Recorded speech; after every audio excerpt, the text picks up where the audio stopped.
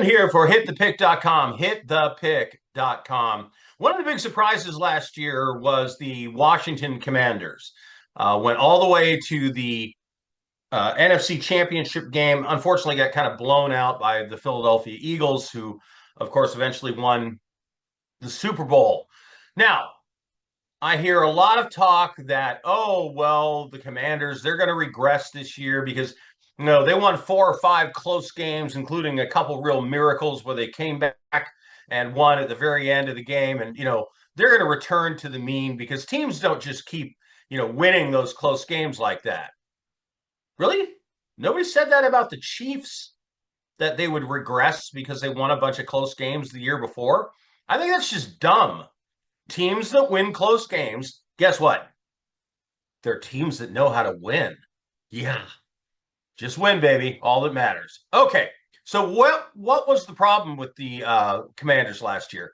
They couldn't stop the run at all. And in that game against Philadelphia, Barkley ran all over them. And they couldn't stop them at all. And so they didn't have a chance. Now, so what do the Commanders do in the offseason? Oh, they add Javen Kinlaw to the defensive line. They add Eddie Goldman to the defensive line. They add Deatrick Wise Jr. at defensive end. Oh, and we're not done there. We went and got Jonathan Jones, Will Harris, and Trey Amos to add to the secondary. They added 1, 2, 3, 4, 5, 6 good, solid free agents on the defense, all of which who can do what? Stop the run. Yes. Okay. So they've addressed that. Now, where are these other teams' weaknesses? Oh yeah, they had one great receiver, but they didn't really have a clear number 2. Oh, well, we just brought in Deebo Samuel. Okay. So Deebo Samuel only, led the league in fantasy points a couple of times. So yeah, not unhappy at all about them adding that. And they already had, like I said, another good number 1 receiver. They've got some options at running back.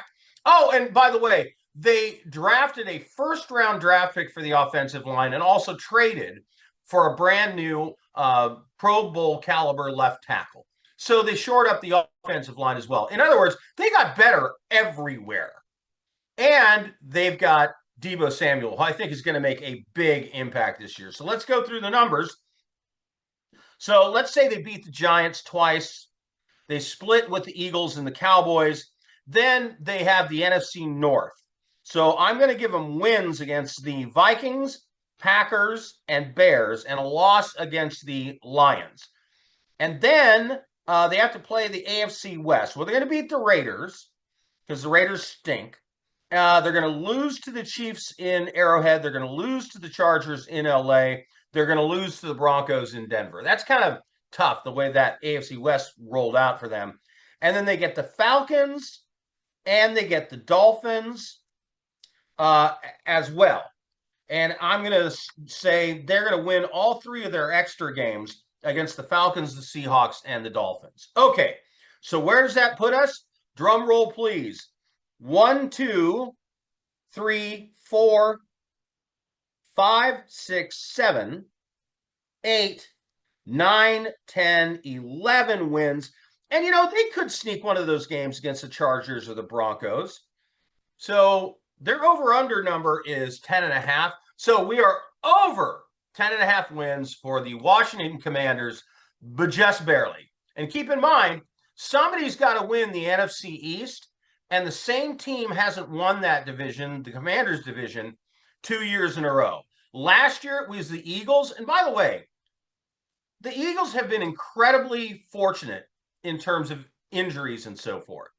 So a little bad luck for them, and the Washington Commanders could very well win this division. Washington Commanders over 10.5 wins on the season. I'm Loud Esmond for hitthepick.com.